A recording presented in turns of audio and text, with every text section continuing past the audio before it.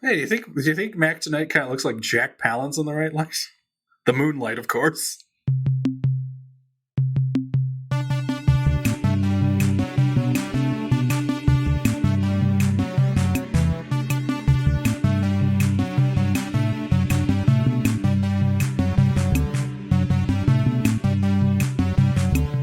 This time we watch Season 6, Episode 22, Angel's Revenge. Between the Seven from Heaven and Jim Backus, there's plenty of jiggling tits for all. But first, some follow-up, and I believe, Adam, you have a retraction to make? Yes, we regret to inform you that Claude Akins is not in this movie. How did they miss him? Yeah, I mean, my God, it's like you've got all the sexy figures. I mentioned Jim Backus, and you've got Jack Palance in his prime. Is that his prime? Well, we'll get to them soon enough, I suppose. We have some other things to say. First off, we should tell people, if you haven't been paying attention to our occasional tweets and Twitters, that we and our other megaphonic friends and other podcasty friends have been playing and streaming a bunch of Jackbox games, little party games that you can play online. People get to be in the audience and they can play along and vote against me and vote for Adam, and it's great. Yes, and of course you'll probably recognize Jackbox Games if you're not familiar exactly with that brand from the hit 90s trivia game on CD-ROM way back when, You Don't Know Jack, which was adapted into a short-lived series starring Pee Wee Herman himself, Paul Reubens. Oh, right. Yeah. I forgot about that chapter in the Jack story. Surely the most exciting and scintillating one. Until we came along. Currently, we're doing it Friday nights at 8 o'clock Eastern, but keep an eye on our Twitter No, that's probably the place to keep an eye on. Keep an eye on our Twitter for more details about when we're playing. And join us. Join us. Yes, keep an eye on our Twitter. Avoid our LinkedIn. It's been hacked. And our OnlyFans is really not recommended. No. We also got a nice letter. Yes, it's been a while since we've read one of these on the air. It's exciting. It's been a while since we've recorded an episode that wasn't several months in advance of when the previous episodes would have come out. So this is the first time in a while we've had a chance for people to write in and for us to read their letters in a timely manner. Yes, and I'm especially excited about this because there is some much needed love, or at least celebration, of a little movie called Star Trek: The Motion Picture. Yes, so Greg from Winston-Salem writes in to say, hello, Chris and Adam. Thank you for all the episodes you do. I love your show. Aw, thank you very much. Since you brought up Star Trek, the motion picture, I wanted to tell you the story of why I associate that movie with a cold McDonald's cheeseburger. In 1979, when the movie came out, McDonald's was doing merchandise. The Happy Meal had just come out a few years before, and being a 10-year-old boy who loved junk food, I loved them, including the cheap toy you got with every meal. MacD's offered a Star Trek version of the Happy Meal complete with box design and cool toy. And when me and my friends went to go see the movie the first weekend it came out, if you were under 12, you got a free Star Trek Happy Meal to take with you and eat in the theater. We were all so excited until we learned, when we sat down, that the restaurant, which is a very generous way of describing McDonald's, was to add, but okay, that the restaurant had delivered those meals that morning, and they were stone cold. We immediately got up and threw the cold burger and fries in the trash, but we kept the box and the toys, so to this day, whenever I see Star Trek the Motion Picture, I think of stinky cold McDonald's cheeseburger and fries. I don't think even the Hamburglar would have wanted that. Well, that depends. I think that the new sexy Hamburglar would not want that, but old school Chucky the Doll looking Hamburglar would love it.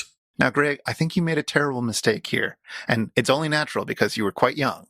But if you had held on to that hamburger, a hamburger from a Star Trek Happy Meal from the original movie is worth so much on eBay right now. Especially because every cheeseburger that McDonald's was selling at the time bears an uncanny resemblance to late-period James Doohan.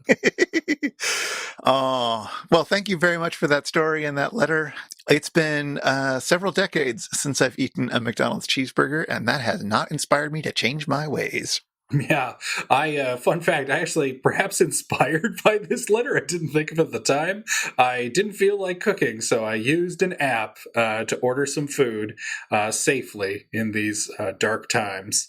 And I haven't had McDonald's in 2 decades. So I thought, you know what? It's time. It's time to reacquaint myself with the Big Mac. What's all the fuss about? I haven't had one of those in ages, and I've been sluggish and tired for the rest of the day. Did it arrive stone cold? It was actually piping hot. Oh. So I naturally didn't think of Star Trek the Motion Picture, but instead the Batman Happy Meals and the Mac Tonight Collector's Cups that I collected in my youth. Well, enough about your tattered childhood. Let's get on to this terrible movie from the late 70s.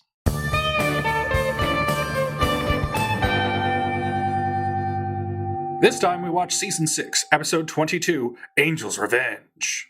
Before the story kicks off proper, we get one of those insufferable cliches of film as we open with a ragtag team of voluptuous misfits raiding a drug operation before a freeze frame is started and tagged with narration. You know the cliche. When the film opens with the most exciting part of the story but stops dead in its tracks and the protagonist says something along the lines of, "This is me. You're probably wondering how I ended up in this crazy situation." Well, we get one of those from our lead, April, and cue the flashback. She's a school teacher who's fed up with drugs being pushed in her city. Why, it's getting to the point where a kid no older than 11 is breaking sugar glass over the heads of innocent permed pushers. So April does what every teacher does when faced with rampant drug use in her classroom. Ignore the problem until next year, let the most vulnerable drop out, and blame it on a lack of willpower or go-gettedness or something.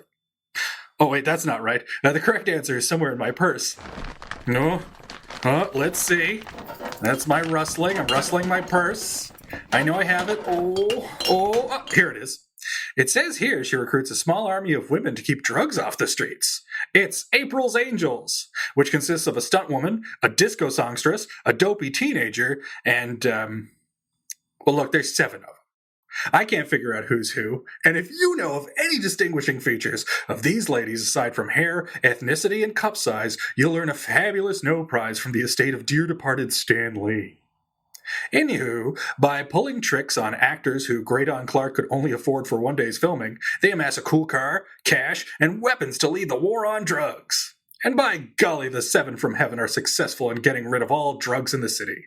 All they had to do was torture thugs, including the only G-rated penectomy I've ever seen in a film, and unleash a can of whoop-ass on a slumming Jack Palance and Peter Lawford, appearing here as local drug lords. The end. Meanwhile, on the satellite of love, oh no, Crow has amnesia. It's so bad that, although his memory for most aspects of his life is sharper than usual, he can't remember that he just had ambrosia. For those of you who don't know ambrosia, it's a dessert made from canned pineapples and canned orange slices, miniature marshmallows, and dried coconut, and maybe mayo or sour cream if you're feeling spicy. I thought of this as a dessert that died out in the 70s, but while doing research for this sentence, I discovered that apparently people still eat the stuff. Ugh. I also thought that relief pitchers Tug McGraw and Raleigh Fingers were from the 70s, but at least one of them is still alive. Can you guess which one? Anywho, the Mads have dressed up as these famous 70s relief pitchers in an attempt to help the show's sagging ratings. They turn Mike and the Bots into the cast of 1990's Lorenzo Lamas vehicle Renegade.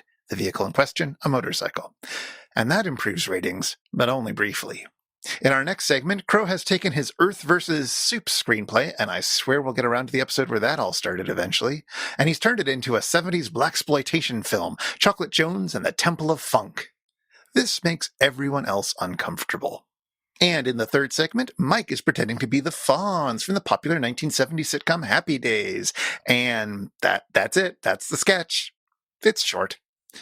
Segment 4, however, finds Aaron Spelling's massive house float by. Aaron Spelling created the hit 1970s lady action show Charlie's Angels, a show so popular he could afford a huge house. More on that later. But in our last segment, Tom has developed the shame-o-meter. Shame-o-meter? Shamometer, Mike. To figure out which guest star's performances was the most shamawful. And now the Mads are dressed up like those famous 70s tennis players and rivals, Bobby Riggs and Billie Jean King.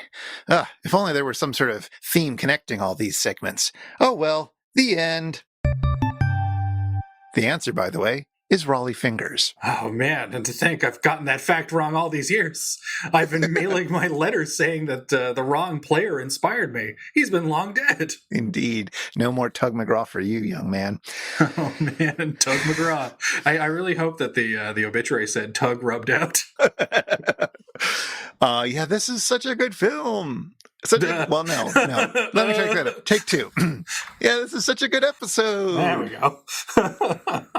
Yeah, this was one of the early Rhino releases, too, so I almost didn't have to watch this one, but how could I resist? Exactly. I've seen this one many, many, many times, and it's still great. Yeah, I would completely agree. And it's always fun. And perhaps it's a missed opportunity that we didn't see more of him, but it's always fun to have Jack Palance on the show.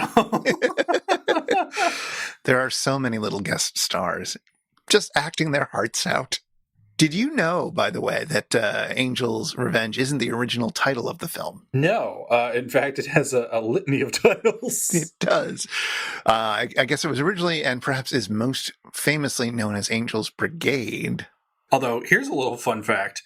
If you watch the DVD releases of the film, I tried to catch this on the MST3K copy, but it was a little too fuzzy to make it out. But you can actually see the ghost image of an artifact title.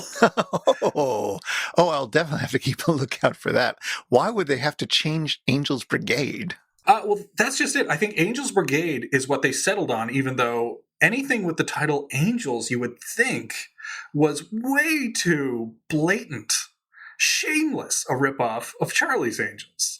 Whereas the title you have very briefly, I think, would have been acceptable. It was called Seven from Heaven. Yeah, that's probably more acceptable. Until the movie Seven came out. Yes. Well, and see, they could have just as easily called that Seven from Hell. That's true. The other thing about Angel's Brigade is that it's a different edit of the movie and doesn't start with the thing that you were just complaining about. Oh, really? It just flows in regular narrative time, apparently. It's not like I've watched it, but so says the internet, and I choose to believe them. Yes. When has the IMDb ever lied to us before?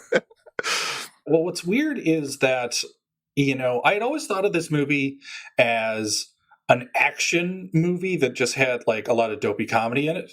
But watching it again, I mean, that's still sort of true. But the dopey comedy is kind of first and foremost in the movie, isn't it? It totally is. And I think one of the things that really clues you in on this is that there isn't really any extended action sequences that aren't also comedic by this movie's standards.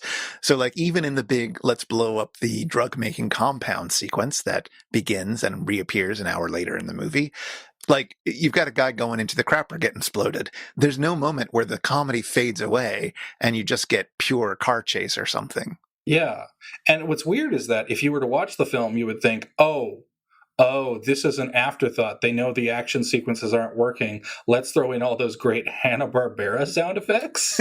Right. Like, I was really expecting to hear two of my favorites, like for when somebody is running on the air, but they have yet to actually run any actual distance. They're just running in place. Yes. Or alternately, that when someone had to shake their head really fast. Still, the movie does offer way more goofy sound effects than most action movies. Yes, and this would never be attempted again until Hudson Hawk in the early 90s, starring that Prince of Evil we discussed last episode, Bruce Willis. Oh, wow. Did they use sound effects? Yes, as I recall, there's a particularly goofy dog death where a guard dog oh God has, I believe, now this is from an ancient memory of catching Hudson Hawk at 2 a.m. in 1992, but as a child who never slept. But I recall that Hudson Hawk, the titular Hudson Hawk by Bruce Willis, he has a rocket launcher with a tennis ball in it. And he knows what to do for the guard dog, so he shoots it right in the guard dog's mouth, and it goes flying out the window, and there's a big boing. Oh, man. But when you watch Seven from Heaven, aka Angel's Brigade, aka Angel's Revenge, you think, oh yeah, they must have emphasized the comedy in post. They already had some, but they really stretched it out when they saw that it couldn't work. But this was originally conceived as a comedy. Conceived, but barely.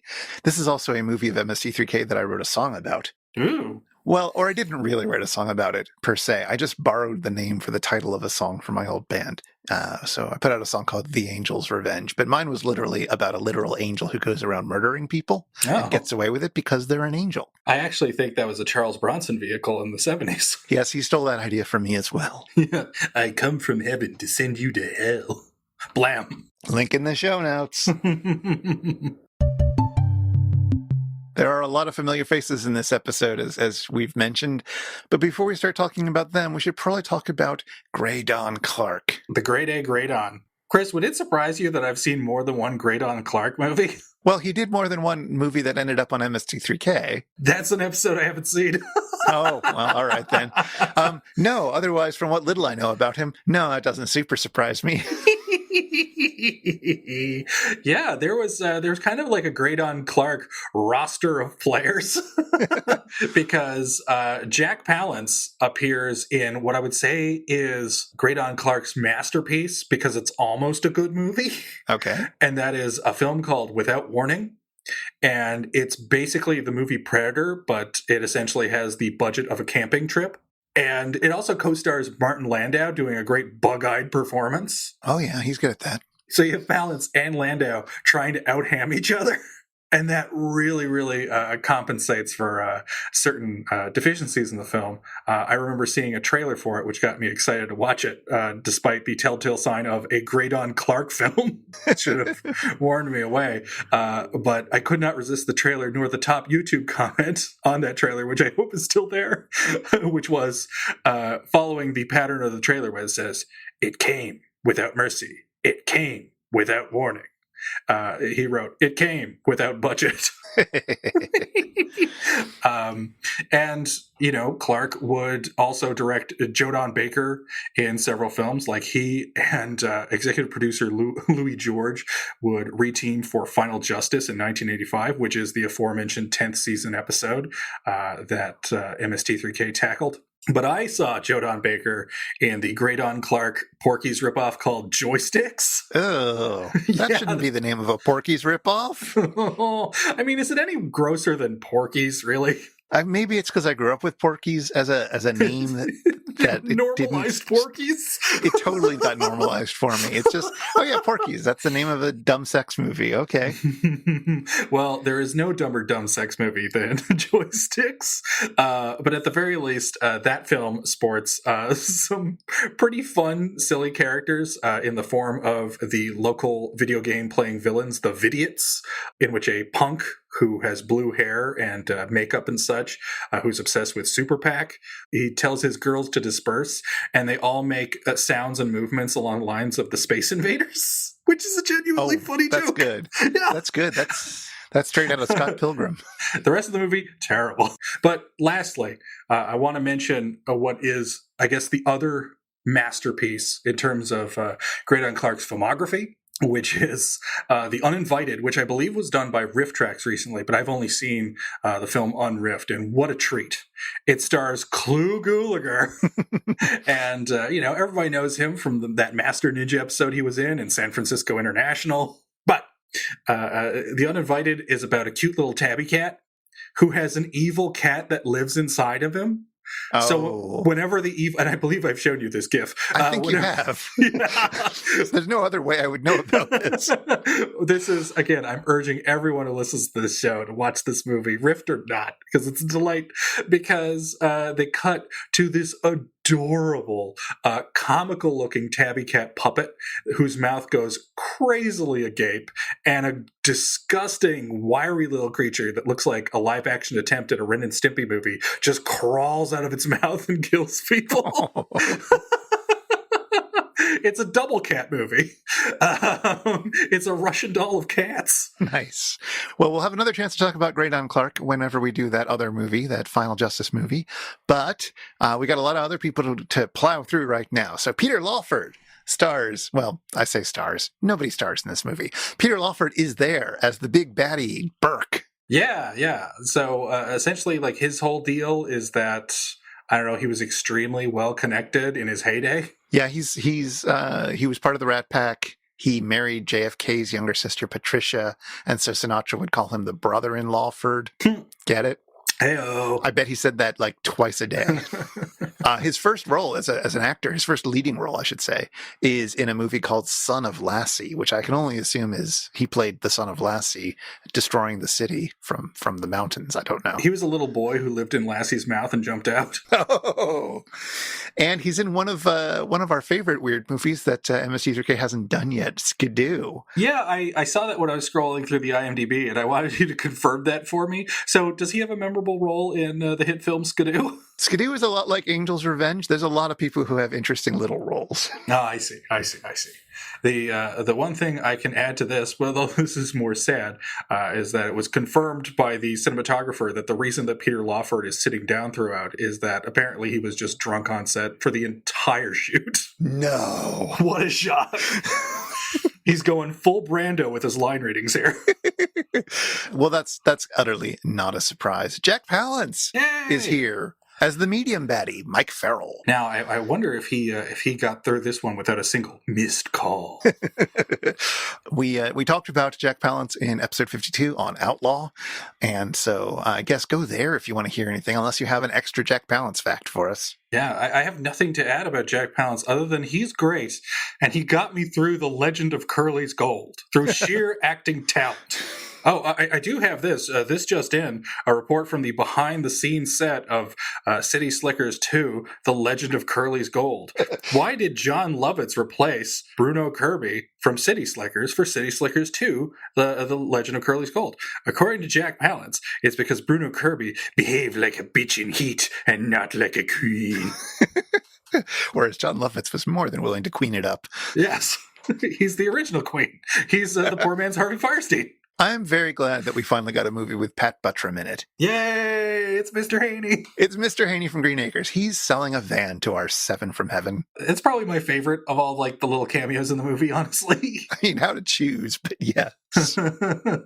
Because there's no man with a greater voice than Pat Buttrum. So this is the thing I wanted to know. Like, how would you describe his voice? Like, what is it that he's doing to have that distinct sound? Well, I would say, I mean, if I were to come up with a logical explanation, I'd say it's something like it's probably just a character that he came up with as a performer, and it kind of stuck. And going from, stage and radio days, like trying to emphasize a character with your voice and using your voice as your primary tool would make a lot of sense.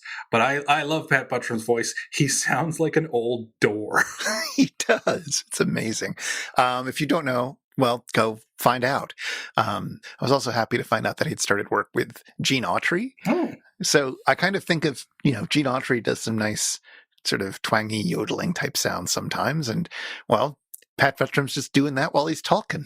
Yeah. And I remember being thrilled to hear his voice much, much later in his career, because he was, of course, associated with both Green Acres and Westerns. And what was great is that you would hear him either playing a variation in cartoons on his Mr. Haney role. So you just hear that familiar Pat Buttrum voice. It's not an impression. And it would be nice. I'm pretty sure he's like a regular to the cast of Garfield Friends as of the mid-90s, which is real sweet, or the early 90s.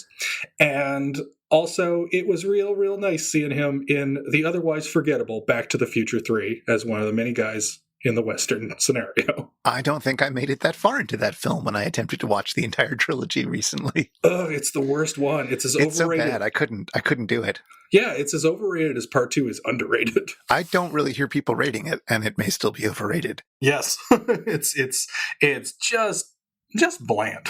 Well, more Pat Buttrum, please. Yes.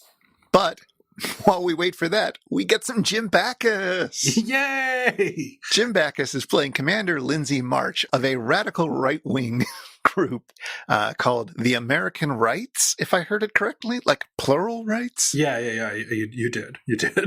Weird. They're stockpiling weapons. They don't like black people. It's a real thing. And Jim Backus has to play the goofy leader of this group. Yeah, and this contradicts every episode of All in the Family I watch, but I found it very uncomfortable watching a goofy racist. Yeah, he's goofy in a very different way than Carol O'Connor played it. Yeah, and you also don't want to hate Jim Backus. No, it's a really uncomfortable role. Yeah. Oh, hold on, I have a pitch for you. Jack Palance and Jim Backus switch parts. Sure. Better movie. Totally better movie. I can believe Jack Palance in that role. Yes. I don't know what Jim Backus's politics are, but I feel like I know what Mr. Magoo and Thurston Howell's politics are, and, well, they're not that far right-wing. So, yes, even though it's always a joy to see Jim Backus, it turns out it's not always a joy to see Jim Backus. It's, you know what? He had a car payment to make that week, and you know what? I have no hate in my heart for him. No, indeed. Do you have hate in your heart for Alan Hale Jr.? Oh, come on. I don't. I think it's impossible to hate any of the cast members of the OG Gilligan's Island. It was good to see them team up again, even though they were not in any scenes together. Now, we've encountered Alan Hale Jr. when we did our episode on The Crawling Hand a little while ago in episode 58, but we didn't say much about him, I don't think. Well, we'll have another chance to talk about him whenever we get around to season 8's The Giant Spider Invasion. How did Alan Hale Jr. end up in 3 MST3K movies? Weirdly, he's not the mascot of this program. We also get a cameo by Arthur Godfrey playing himself, desperately trying to stay relevant well into the 70s. Do you know anything about Arthur Godfrey? Well, I was about to ask you if you had any kind of idea of who this guy was when you saw this episode. I did, vaguely. I knew that he was an old-timey impresario type, even as a teenager when I first saw this episode. Okay, so what's he known for? So he's known for, in the 40s and then especially in the 50s, having a kind of radio and also TV show called Arthur Godfrey's Talent Scouts or Arthur Godfrey Time, which was kind of a star search thing where he'd bring people on and they'd perform, and then there'd be the applause meter, and the best ones would sometimes graduate to his other show called Arthur Godfrey and His Friends, which was more of a variety show. And he sort of became more and more powerful and gathered people up. It all kind of came crashing down at one point because he was well known for being really friendly, right? He had this very outgoing, friendly performance persona, but behind the scenes, he was a complete control freak, and he was kind of terrible to everybody. Oh. So they make a reference to this famous incident in the episode. I think it's Mike who, as Arthur, says, "Thank you, you're all fired. You have no humility, all of you." Which is a reference to when he fired one of his young up-and-comers, Julius LaRosa. LaRosa had missed a day of dance class. He made everybody do dance. He made everybody do everything because he thought performers should know how to do everything. And the men kind of hated having to do dance stuff because it's a little bit, But they did it, and Julius LaRosa missed a day because there was a death in the family or something. He had a good reason. And he even had told them beforehand that he wasn't going to be able to be there. But that wasn't good enough. He was sort of cut from that night's programming without warning, and he was all debating whether he wanted to leave or find representation. He was going into contract renegotiations, and finally he did come out and sing a song on one of the episodes, and immediately afterwards Arthur Godfrey said, well, that was Julius LaRosa's swan song with us, which is a term that Julius didn't even know. Oh, no. He only found out later that he'd been fired on air without notice. And then a bunch of other people got fired as well for lacking humility, for not being good little Godfreys. Aww. Kind of a monster. Yeah. But also kind of a monster because, Adam, do you know what a boy is? I mean, I think I do. I mean, it's kind of like Alan Hale Jr., but smaller. Well, I'm going to drop something into our little Slack for you to check out. All right, let's see. It's very syrupy so far. Arthur Godfrey was apparently known as the Old Redhead. Yes. Between the innocence of babyhood Ugh. and the dignity of manhood, Ugh. we find a delightful creature called a boy. Ugh. Boys come in assorted sizes. All right, weights, I've heard enough. Yeah, you got the idea. I'm pretty sure they had this inscribed at Plato's Retreat. It was a massive hit. Oh, no! With who? With moms and other people who like sentimental music. He also recorded a What is a Girl? I don't ever want to hear it. I I think it's roughly the same. I can just picture Werner Herzog listening to it and going, "These must never be heard by anyone." So yeah, Arthur Godfrey, really fascinating character in this movie because he wants to still be an impresario, even though people have found out that he's an asshole and they no longer want to have anything to do with him. And there you go. Yeah, I think the only thing I know about Arthur Godfrey has been the result of tweets from Cliff Nesteroff's Twitter account. Well, and speaking of impresarios, we should probably talk about somebody who isn't in the film except in riff form, our old friend Aaron Spelling. Da-da-da-da, ba-da-da-da, whip crack, whip crack. What's that? That's the theme to 90210. Oh, I never watched that show. I didn't either, but I would occasionally watch the opening sequence. I would occasionally see the first few frames and quickly flick away. Well, I mean, that was the thing about Aaron Spelling. I was going to ask you if you were a fan, because I guess I have a complicated answer. But were you, of any Aaron Spelling programs? I never particularly watched any of his shows. Charlie's Angels was sometimes on in the house. The one that I've seen the most is probably The Love Boat. That and Fantasy Island got a little bit of airtime by the adults when I was growing up, but I didn't really like any of them. No, I had a hard time watching Aaron Spelling shows as I experienced them, just because they all seem to be about, like, rich people having problems. And even as a kid, I was like, unless you are a millionaire duck getting into trouble in your search for gold, I don't care about who you date. You know? I mean, obviously I care about who Scrooge McDuck dates, because he clearly belongs to Magica Dispel. Okay. But with Aaron Spelling, like, I grew up during the heyday of 90210, couldn't much stand it because it was a soap opera, but it was a soap opera without the things I liked about soap operas, namely the cheapness and also the occasional subplot about someone being possessed by the devil, which happened on General Hospital when I was a kid. Yeah, so I don't know anything about his TV shows really, and I don't have any particular attachment to him, but I remember around the time that this episode came out that there were a lot of jokes about his house being made. Like, I don't think I just know about Aaron Spelling's house from MST3K. I think it was a kind of bit that, like, you know, Letterman would talk about, or Carson, or whoever would talk about in their routines. Yeah. And I found that really strange, and I tried to sort of confirm, were we in fact all making jokes about Aaron Spelling's house in the early 90s? And if so, like, why? I mean, it is a big house, that's for sure. But not a full house, because I absolutely love the kind of denouement to the story of the house. Well, before we get to that, I should say it was the old Bing Crosby property, which he immediately demolished. He bought it in 1988. He immediately demolished it. And then he built what I'm being told is a 123-room house on the lot, which is, of course, why it takes so much time for it to go by. The Satellite of Love in that one sketch. And I can only imagine he became a bit of a pariah for that, destroying, like, a classic Hollywood home in favor of his gargantuan mansion. I know, even though the mansion sounds pretty cool. It's got all sorts of fun rooms. You know, you have a big house, you're going to have servants' quarters, but apparently those servants' quarters were just plush. It had a room that was specifically set aside for wrapping presents. It had a room that was specifically set aside for keeping the nice silver, like the nice silverware that's made of actual silver, in good condition with, like, proper humidity and all that. Like, there was a room for that. Wow. It had its own barbershop and beauty salon. Well, it's a wonder that Tori Spelling is so well adjusted. Exactly. I don't know. I want to visit. Well, sadly, you can't. Or at least I don't think so. At the very least, it's not owned and maintained by the Spellings anymore, because when Aaron Spelling died, his widow had sold it off, or tried to. But when asked, well, exactly how many rooms are in this house, she didn't know. Yes, because they kept building and tweaking things. And so, no idea.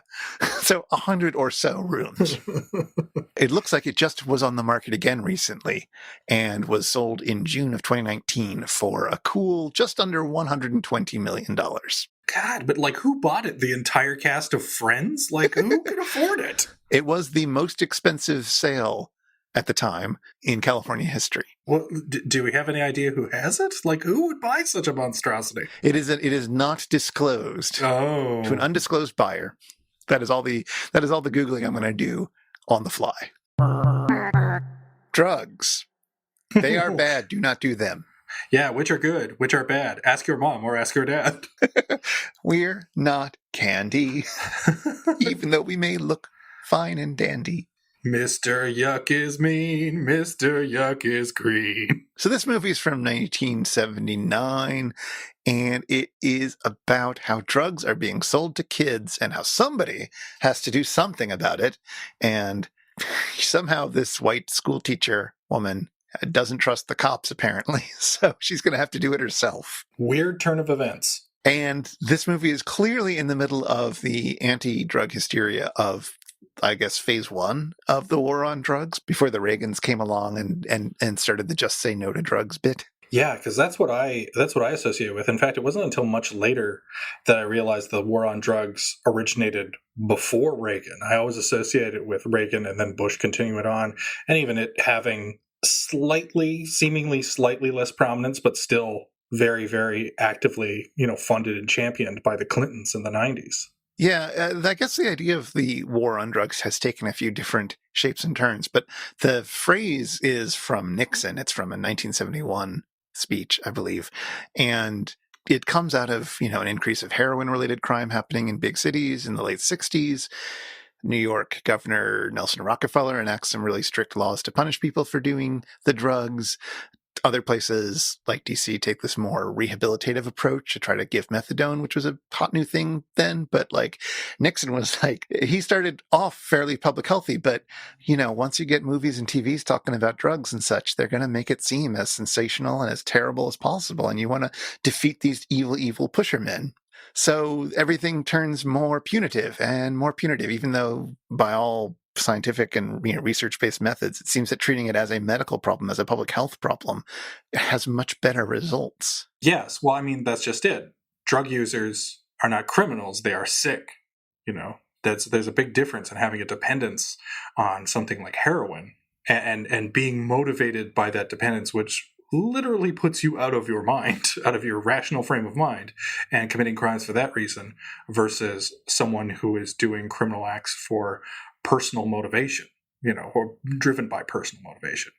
And it's silly to think of it that way. But anything can be a crime if you outlaw it.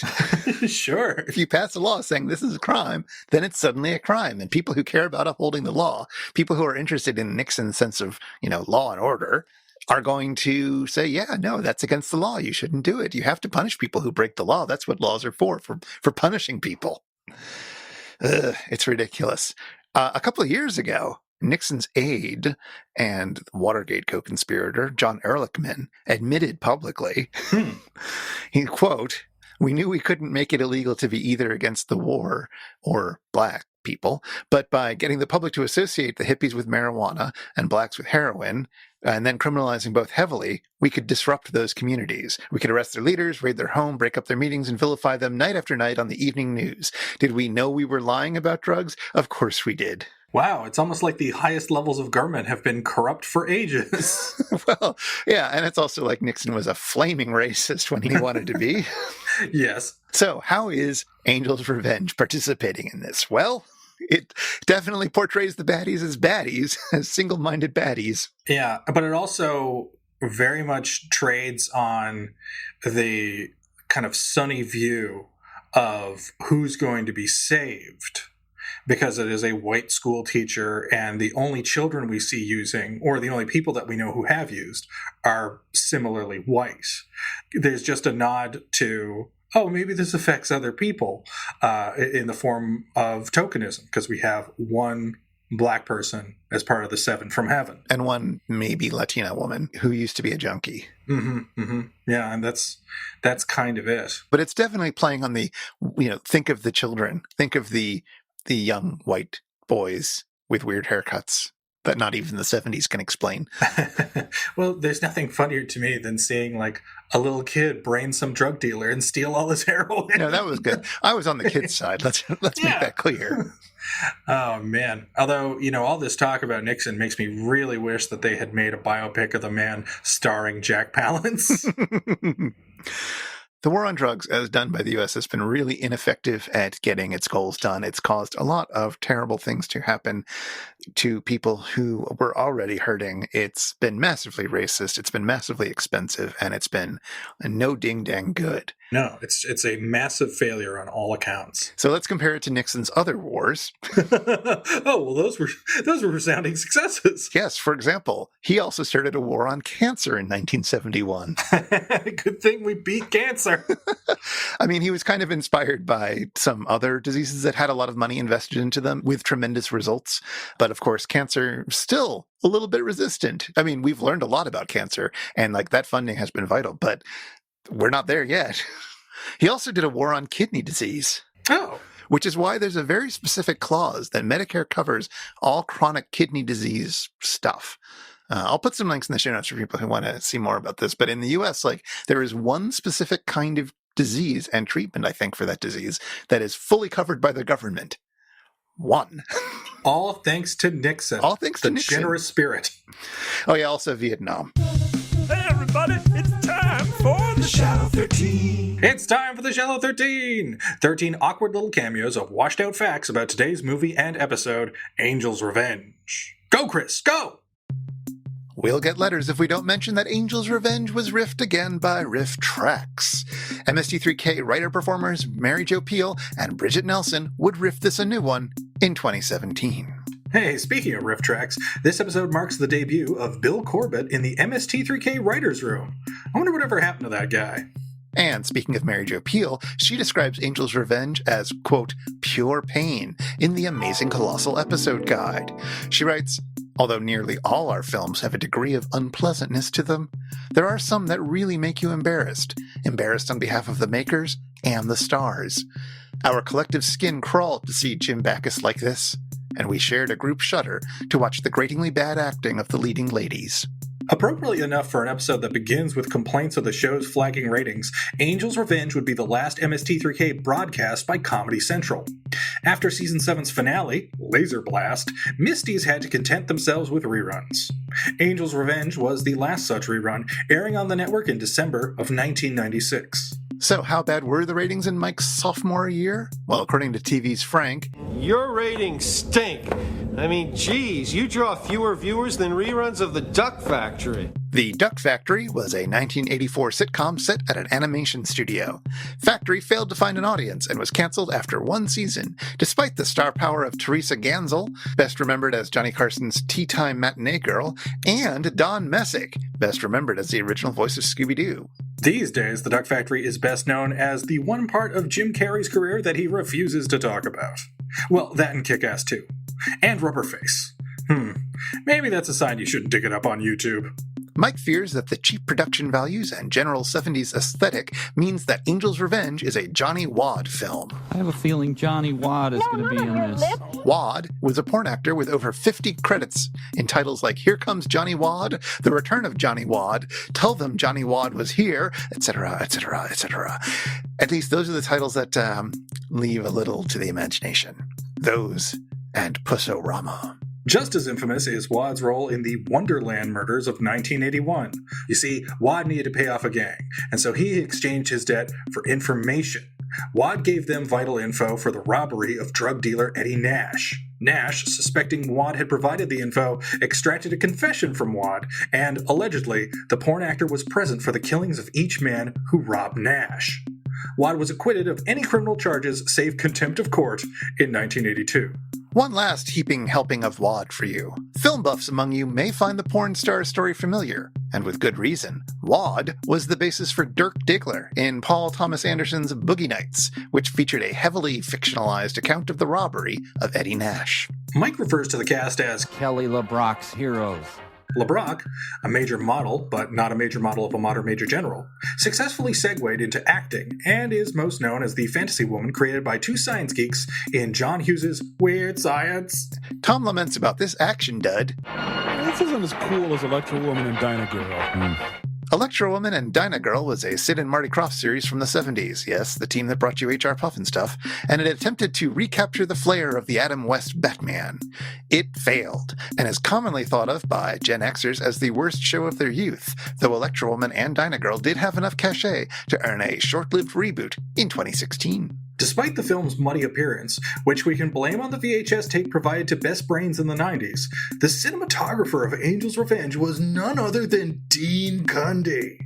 Cundy quickly rose out of working with the Graydon Clarks of the world and would frequently work with visionary directors on films like Halloween, Back to the Future, and Jurassic Park. We'll forgive him for working with Ron Howard on Apollo 13, seeing as how he autographed my copy of Big Trouble in Little China while visiting Newfoundland. Though he frequently worked with John Carpenter, Robert Zemeckis, and Steven Spielberg, Cundy has another unexpected tie to MST3K outside of Angel's Revenge. Despite his illustrious career as a cinematographer, Conde only directed a single film, the 1997 direct-to-video Honey, I Shrunk the Kids sequel, Honey, We Shrunk Ourselves, co-written by none other than Joel Hodgson. Shine the love, that's time! Now, we know all about the Nelsons, Chris. We know about the Nelsons. We know Bridget Nelson. We know Mike Nelson. But what about the Nielsen's? Yeah, there's a lot of concern about Nielsen ratings, which are the ratings that TV shows, I guess they still get Nielsen ratings, don't they? It feels like they were a bigger thing back in the days before streaming. Oh, they certainly were. I mean, back in the day, shows would be canceled for having something as low as a 15 share, which meant 15 million viewers out of the many millions of households, whereas a high-rated show now gets a 2 million share. Yeah, because we've all learned that television is awful and that you should just play Animal Crossing. Or at the very least, you can just watch films on Shout Factory for free. Yay! It's super easy. And you can watch episodes of this show, including this episode. Oh, good. Oh, good. I think I'll do that immediately when we're done. Yeah. But, I mean, so many things got canceled because they have ratings that nowadays would have been perfectly fine, if not successful. Shows like News Radio, Community, Max Headroom, and, of course, potentially Mystery Science Theater 3000. I'm not so sure about that last one, but I would love to know what the ratings were, especially in comparison to what I assume was just a small cultish audience when Joel was hosting.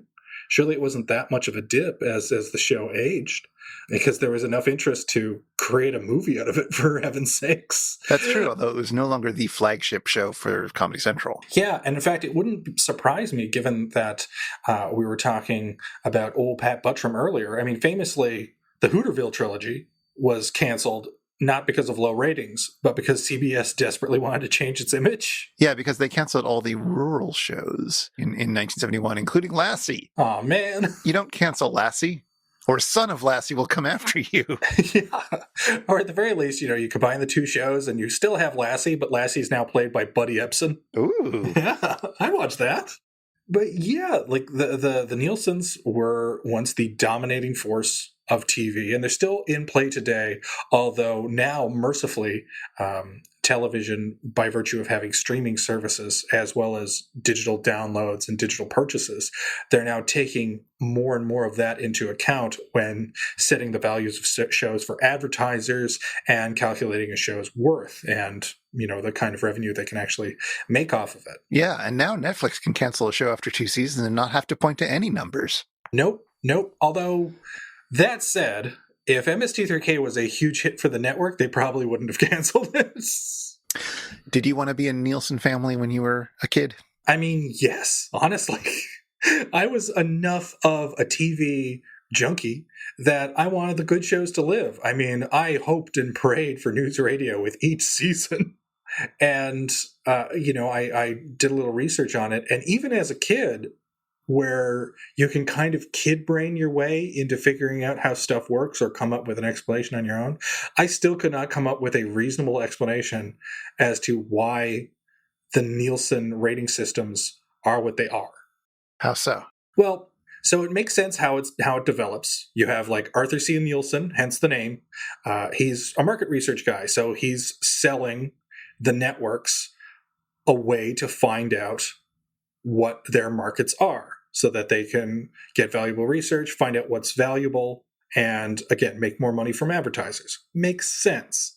And it really came down to, you had millions of households that are randomly selected, and they're given a little bit of payment, but it's not a full-time job to watch TV, alas. Right. But I would have taken that. That would have been better than a paper route. And essentially, there's a black box on your TV, and I think this is still how they do it.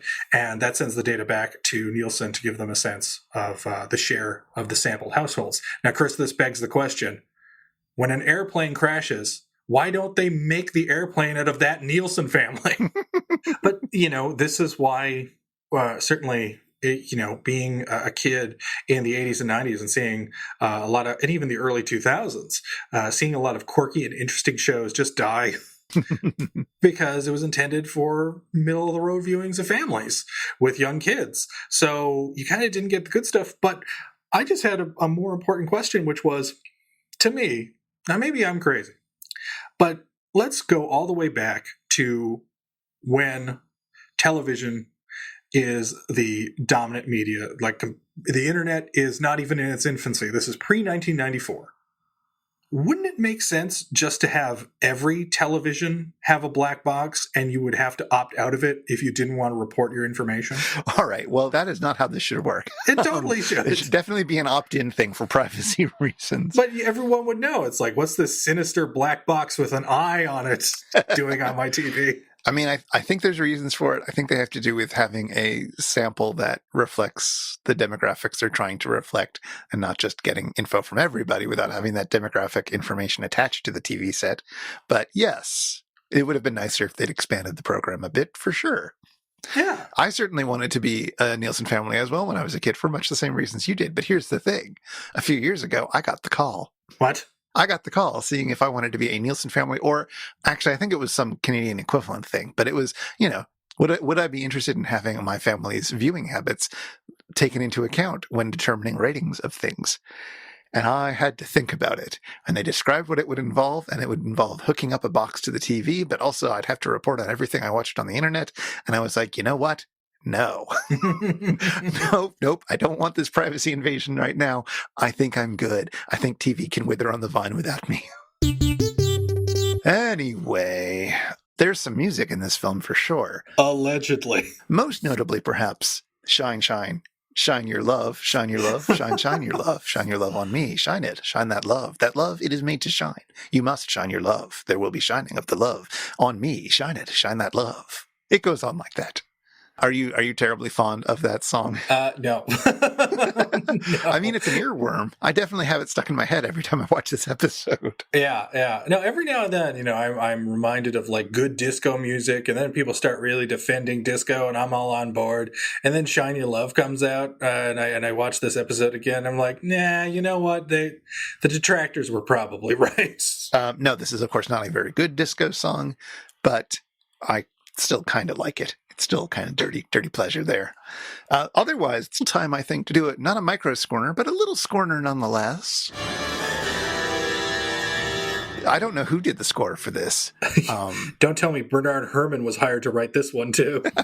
He might as well have been. I have a strong suspicion that I think Mike and the Bots share that this is a movie that had a temp track, and that we can identify many of the tracks that were used on that temp track because the final results sound an awful lot like things like Bolero by Maurice Ravel and that piece from 2001, that Strauss piece, also Sprach Zarathustra.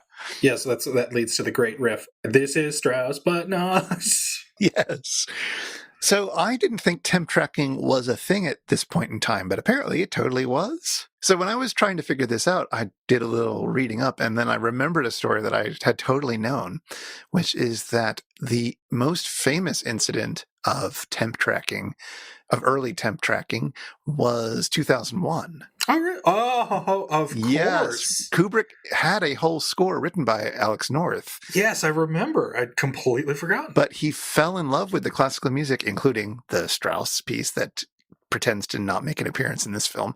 And just went with the temp tracking. Yeah. And I think Kubrick did that a couple of times in his career from that point onwards. Yeah. I mean, it worked. I'll give him that. Yeah, I've heard the Alex North score because I was just surprised that such a thing ever existed. I mean, the very concept of rejected scores just broke my brain. But while I usually side with composer on these things, I think Kubrick made the right choice. So that's about all the time we have for Angel's Revenge, alas, because I think I could talk 4 hours more about various things in this movie. But I do have one final factoid. We talked a lot about the men in this movie, all the familiar faces, but we didn't really talk much about the 7 women who star in this film. And admittedly, most of them are not terribly interesting, but there is one thing that I feel like mentioning. You know how this is a movie all about how drugs are bad and don't do drugs? Yeah. Well, there was a book that came out in 1996 called You'll Never Make Love in This Town Again. Yeah, I know. It's a few years after You'll Never Eat Lunch in This Town Again. And it's telling a very similar story. But in this one, the blurb on Amazon is prostitutes share their stories, which may be an exaggerated way of putting what's inside. But it's written by 4 women who go by just first names: Robin, Liza, Linda, and Tiffany. Robin and Liza are 2 of our stars. Whoa. That's Robin Greer, who plays the cop, who later went on to have some TV careers in Days of Our Lives and Falcon Crest and things like that. And the second one is Liza, the younger sister, who plays the teenage girl. Whoa. And it's a book about all the terrible things that happened to women in Hollywood, and, you know, how they were doing a lot of drugs and being coerced into a lot of sex and so forth. Now, this book was put out by a publisher who is, I guess, not the most reputable, and some of the other authors said that he invented stories that were a little bit more salacious, that were not things that had actually happened to her. But nevertheless, it seems like an interesting side note that, you know, a lot of sex and drugs were happening from the stars of this particular movie. She also, Robin Greer, wrote a book called The Hollywood Handbook, The Insider's Guide to Success. The following year it came out. Oh, okay. And it's a humorous look at Hollywood, which explains how to become a producer, agent, actor, or just a poseur, with tips on where to be seen, what clothes to wear, and what car to drive. Oh, that sounds rad. I think I read this book as a kid. I'm not sure. 97? No, that must be too late. I think I read a similar book in the 80s. But anyway. Yeah, so Robin Greer, she's written some books that both tell you that it's a horrible industry that will abuse you and make you do things you don't want to do, and here's how you enter it. Actually, on that note, talking about the actors in the film, something I find kind of interesting is a weird connection, because, you know, we had mentioned Paul Thomas Anderson's Boogie Nights, so that's one, you know, pretty indirect connection to an auteur of the 90s. But I got another one. Tarantino. And 2 things come to mind. And again, it might not directly be this because there are other explanations for it, but it's kind of a strange coincidence. So in Pulp Fiction, Uma Thurman's character, her whole thing is that she was one of 5 boxy ladies who fought crime in a show that was called Fox Force 5. Oh. Which doesn't sound all that far off from 7 from Heaven. But again, you could say, oh, that's just a take on Charlie's Angels. Yet, Terry, the stunt woman, is dressed in an outfit that is identical, or very close at least, to the one that Uma Thurman is wearing for Kill Bill. And admittedly, that outfit was worn in an old martial arts film. It was probably worn by Sonny Chiba, if I were just to take a guess, but who knows? No, sorry, I think it's worn by Bruce Lee, who is nothing like Sonny Chiba at all, but physically, or as a personality. Nonetheless, it's just weird to see those 2 things in this film, and given Tarantino's love of schlock, and particularly love of 70s schlock, it seems highly unlikely that he hasn't seen this film, and he's probably deeply familiar with the works of one Great Aunt Clark.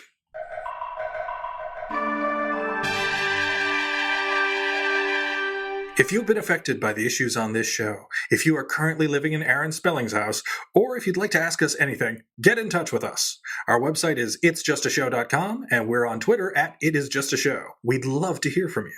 This show is made possible by listeners like you.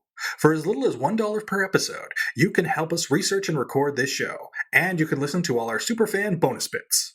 Find out more at itsjustashow.com/Patreon or patreon.com/itsjustashow. And if you want to follow up on anything that was mentioned today, you'll find links in our show notes at itsjustashow.com/episode/69. Nice. Well, what are we going to follow up this episode with? I want more 70s. I want more sex appeal. I want more of this. I want more cameos. I want more delights. What have you got? Well, you know, we have, when we think of angels, I mean, one of the first things that comes to mind is a cherub. And what's just as little and innocent as a cherub? Why, a monkey, of course. No, that's not a cool thing to be turned on by. Well, you're gonna have to deal with it by getting touched and or kissed by a little monkey, because we're going to watch season 11, episode 9, Carnival Magic. Hey, okay. I like that episode. I think I did. It's been a little while since I've watched it. I really wanted to see this because, one, this is a movie that I somehow managed to see before because it was only recently rediscovered. It was rediscovered a few years before MST3K came back, so I saw it with a friend of mine. Oh, wow. And it was baffling. And Matt Oswalt, brother of Patton, and of course a writer on MST3K, The Return, and The Gauntlet, he described it as the most taxing of all the episodes he had to write. Well, all right. I'm looking forward to revisiting Jonah and Friends, and I'm looking forward to recording this again real soon. But until then, Shine your love. Shine that love on me. Take it away, Theme Squad.